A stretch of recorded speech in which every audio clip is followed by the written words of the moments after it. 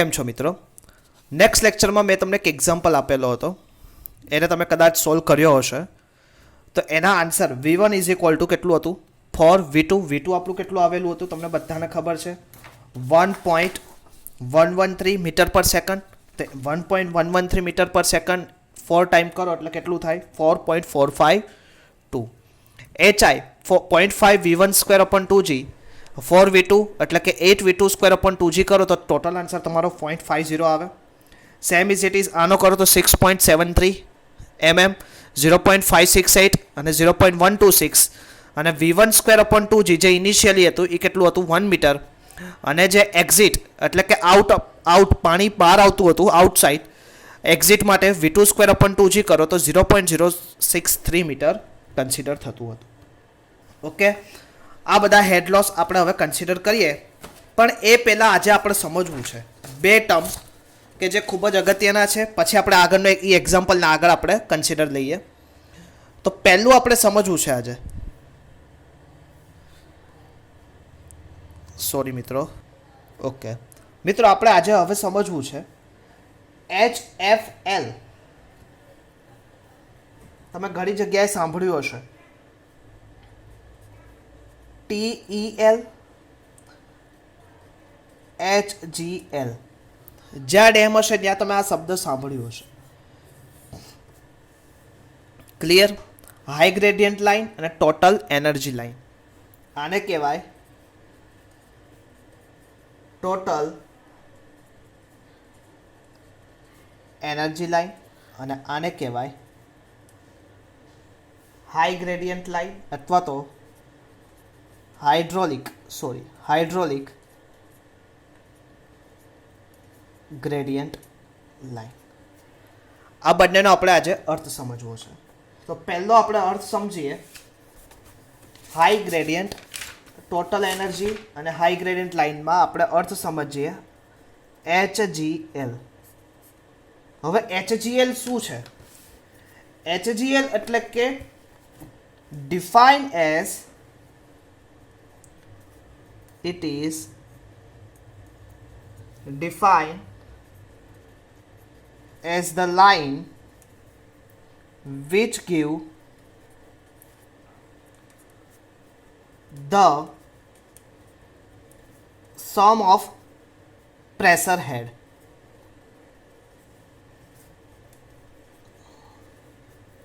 The sum of pressure head એટલે P upon rho G and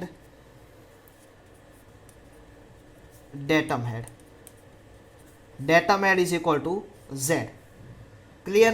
Of following fluid in pipe with respect to some reference line.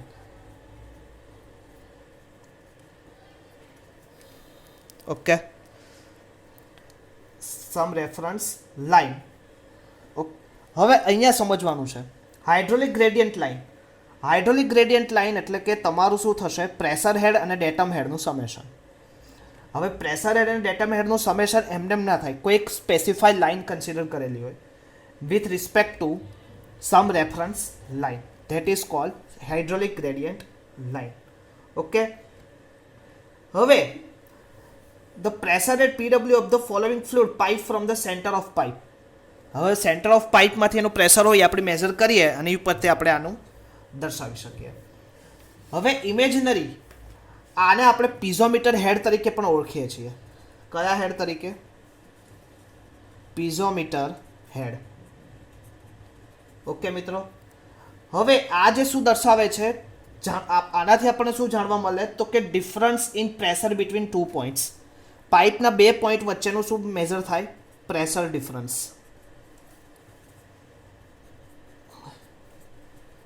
Measure the pressure difference of 2 pipes.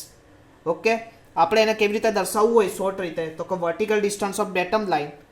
તો કે કેવી રીતે દર્શાવી શકાય?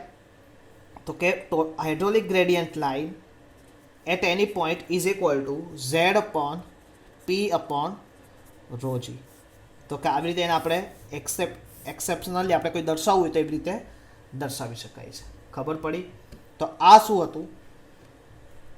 Hydraulic gradient line. Next આપણે શીખવું છે ટોટલ એનર્જી લાઇન. હવે ટોટલ એનર્જી લાઇન એટલે કે જોતા જ વાક્યમાં આપણને ખબર પડી જવી જોઈએ મિત્રો કે ટોટલ એનર્જી લાઇન એટલે કે એમાં આપણા 3 હેડ હતા: velocity head, pressure head and datum head. એટલે કે મૂળ બર્નોલી ઇક્વેશન ઉપરથી આપણે 3 ઇક્વેશનો વિશે વાત કરી હતી. તો કે ફરીથી એ જ વસ્તુ હું સમજાવવા માંગીશ તમને. It is defined as the line which gives the sum of pressure head, datum head and pressure, datum and velocity head of a following fluid in pipe with respect to some reference line. હવે આ શું હવે TL total energy line બીજી રીતે પણ તમે એને define કરી શકો. In line which obtain joining top of all vertical ordinates. Vertical ordinates બધાને તમે એકબીજા જોડે જોઈન્ટ કરો એટલે કે એમાં sum of pressure head, sum of sum of kinetic એટલે કે વેલોસિટી હેડ અને સમ ઓફ ડેટમ હેડ, એની એક લાઇન તમે જોઈન્ટ કરો, that is cold total energy line. મિત્રો આ બે લાઇન વિશે આજે આપણે ડિટેલ ચર્ચા કરવી છે. ક્લિયર? તો હવે ડિટેલ આપણે આજે ચર્ચા કરીએ એની. પણ ફરીથી એક વખત ટોટલ હેડ એનર્જી એટલે તમારું શું થશે? પ્રેશર હેડ, વેલોસિટી હેડ અને ડેટમ હેડ. આને તમે સેમ ઇઝી પીઝોમીટર હેડ કહેતા હતા, તો આવી રીતે આને શું કહેવાય? Total head line. Total head line અને ઇમેજિનરી નામ આપેલું છે. અને એનો યુઝ ક્યાં થાય? To know the head loss and the direction of flow. આનાથી આપણને શું મળે? હેડ લોસ મળે કે કેટલો હેડ લોસ થયું. ક્લિયર? અને સાથે સાથે આપણને બીજો શું મળે? એનું ડાયરેક્શન ઓફ ફ્લો, કે ડાયરેક્શન ઓફ ફ્લો કઈ બાજુ છે. તો કે ટોટલ એનર્જી લાઇનથી આપણને બે વસ્તુ મળે અને હાઇડ્રોલિક ગ્રેડિયન્ટ લાઇનથી આપણને શું મળે? પ્રેશર બિટવીન 2 પોઈન્ટ્સ, કે બે પોઈન્ટ વચ્ચેનું પ્રેશર કેટલું છે એ HGLથી મળે અને TLથી હેડ લોસ અને ડાયરેક્શન ઓફ ફ્લો મળે. ખાસ મિત્રો ખૂબ જ ઇમ્પોર્ટન્ટ ટોપિક છે. જીપીએસસીની તૈયારી જો જે કરવાના હોય ફ્યુચરમાં, એડિશનલ આસિસ્ટન્ટ એન્જિનિયરિંગ એક્સપર્ટ તમે ડિપ્લોમા ક્લેરિફાઈ કરીને તમે આપી શકો છો, તો આ એક્ઝામમાં આ ક્વેશ્ચન પૂછાવાના સૌથી વધારે ચાન્સીસ છે. તો ખાસ મિત્રો HGL અને TEL. HGL એટલે કે હાઇડ્રોલિક ગ્રેડિયન્ટ લાઇન, TEL એટલે કે ટોટલ એનર્જી લાઇન. આ બે વસ્તુમાં આપણને ફરક ખબર હોવી જોઈએ. ઓકે, હવે આને આપણે પ્રેક્ટિકલી કેવી રીતે સમજવું એનો આપણે અભ્યાસ કરીએ. હવે મિત્રો આપણે જે આગળનો એક્ઝામ્પલ હતો કે જે 40 મીટરની પાઇપ લીધી હતી, એ ફરીથી હું એ ડાયાગ્રામ અહીંયા હું ફરીથી ડ્રો કરવા માંગુ, એટલે હું ડ્રો કરું જ છું. જુઓ તમે,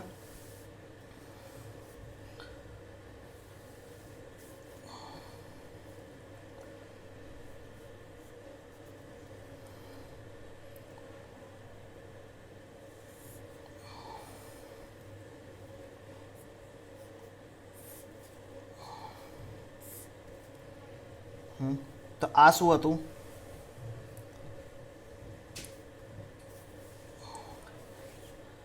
L1 25 મીટર,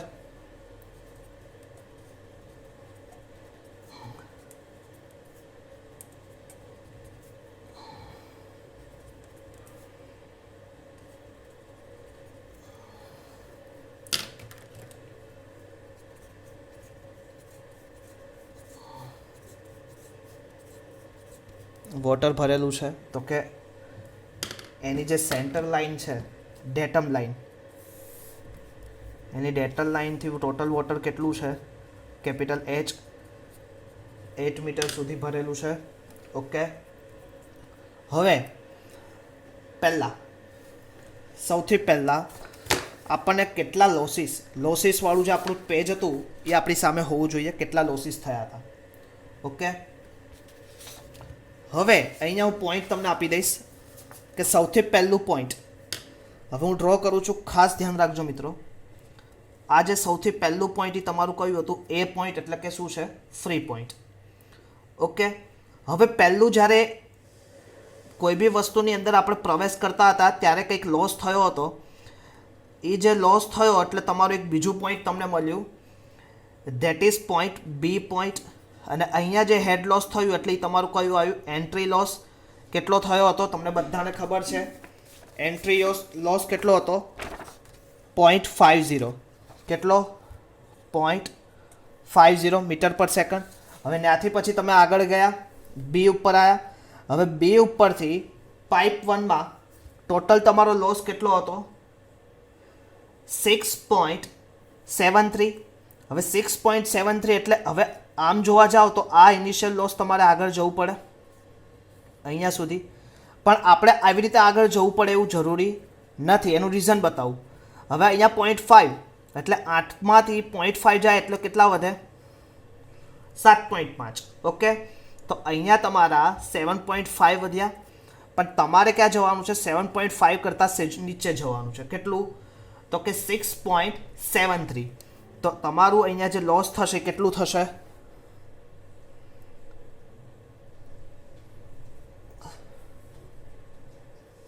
તો અહીંયા તમારું એક લોસ લાઈન આવશે.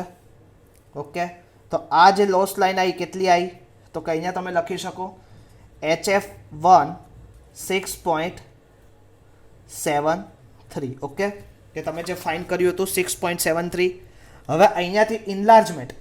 હવે ઇન્લાર્જમેન્ટમાં ફરીથી હવે અહીંયા પહોંચી ગયા, અહીંયાથી પાછું હવે ડાઉન કેટલું જવાનું છે? તો ઇન્લાર્જમેન્ટ તમારું કેટલું થશે? સેમ ઇઝ અહીંયા આવે, પણ હું પછી તમને મોટું કરીને બતાડું છું. તો કે અહીંયા પહોંચે ત્યાં તમારું કેટલું થશે હેડ લોસ ઇન્લાર્જમેન્ટનું?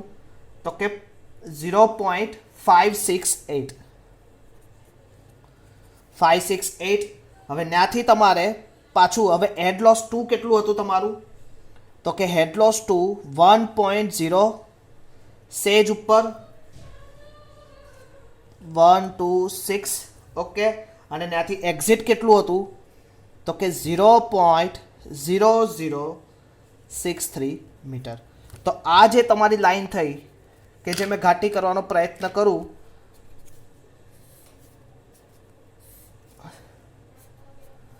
આ જે લાઈન આવી તમારી એ શું થઈ? Hydraulic gradient line. ક્લિયર? તો કે આ જે લાઈનને શું કહેવાય? તમારી total energy line. Okay, total energy line. હવે એની પછી ટોટલ એનર્જી લાઈન થઈ ગયા પછી મિત્રો હવે આગળ આપણે સમજવાનું છે હાઇડ્રોલિક ગ્રેડિયન્ટ લાઈન. હવે હાઇડ્રોલિક ગ્રેડિયન્ટ લાઈનમાં આપણે શું લેતા હતા? ટોટલ એનું P/W. હવે ઇનિશિયલી વેલોસિટી કેટલી હતી? તો કે 1 ઓછી હતી. તો કે same is it is parallel. જે બી તમે કર્યું એના પેરેલલ લાઈન જવા દેવાની. એ જે પેરેલલ લાઈન જાય એ મેચ થશે. તો કે આ જે પેરેલલ લાઈન ગઈ એને કઈ લાઈન કહેવાય? ફરીથી એક વખત, તો આ લાઈનને કહેવાય hydraulic gradient line. Okay, hydraulic gradient line એટલે કે પહેલું બી પોઈન્ટથી 1 મીટર તમે ઓલરેડી નીચે જાઓ છો, ત્યાંથી પછી તમે H પોઈન્ટ ઉપર આવો અને H ઉપરથી F5 ને પેરેલલ એક લાઈન ડ્રો કરો અને સેમ પ્રોસેસ આગળ ચાલતા જાય. તો કે આ શું આવ્યું? તમારું ટોટલ એનર્જી લાઈન અને હાઇડ્રોલિક ગ્રેડિયન્ટ લાઈનનો મિત્રો ગ્રાફ આવ્યો. ઓકે, હવે આજે મિત્રો આપણે થોડુંક સમજવું છે કે જે ઇમ્પોર્ટન્ટ છે અને ઘણી બધી વખત જીટીયુની એક્ઝામમાં પૂછાયેલું છે.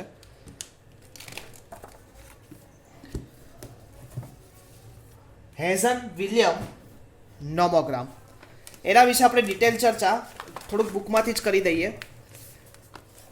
હવે તમે ઘણી બધી વખત જીટીયુની એક્ઝામમાં પૂછાયેલું છે, તો ખાસ મિત્રો એક વખત સમજી લેવું અગત્યનું છે.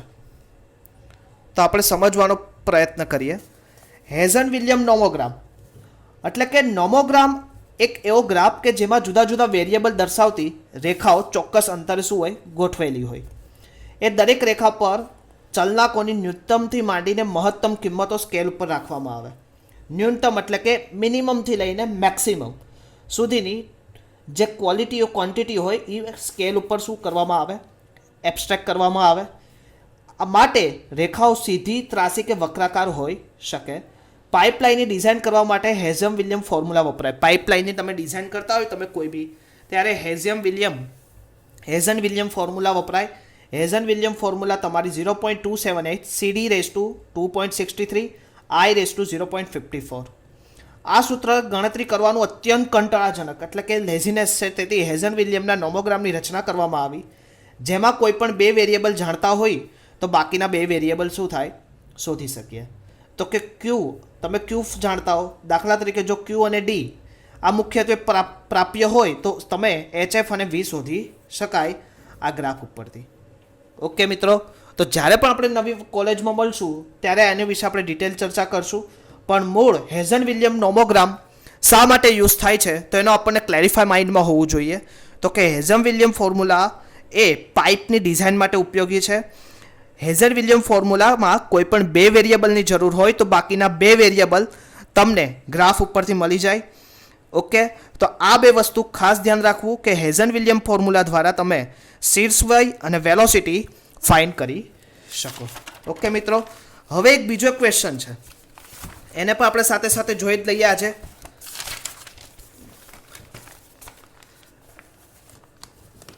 કોમ્પિટિશન હાઇટ ઓફ રિઝર્વોયર એટલે કે જળાશયની ઊંચાઈ શોધવી છે તો કેવી રીતે શોધી શકાય. તો એની માટે સમજવા માટે તમને સમજાવું કે કોઈ પણ એક ગામ છે, એ પાઇપ મારફતે પાણી આપવામાં આવે ત્યારે પાઇપલાઇન ટાંકીની ડિઝાઇન કરવામાં ત્રણ રીતો વપરાય. બહુ જ મોસ્ટ ટાઈમ છે. પાઇપની ડિઝાઇન કરવા માટે આપણે કોઈ પણ ગામમાં પાઇપ દ્વારા પાણી આપવું હોય તો એને ડિઝાઇન કરવા ત્રણ રીતો વપરાય. એક gravitational system, gravitational and pumping system and pumping system એટલે કે બાય ગ્રેવિટી દ્વારા તમે પાણી પહોંચાડી શકો, ગ્રેવિટી દ્વારા અથવા તો પમ્પિંગ દ્વારા પાણી પહોંચાડો અથવા તો સંપૂર્ણતઃ પમ્પિંગ દ્વારા પાણી પહોંચાડો.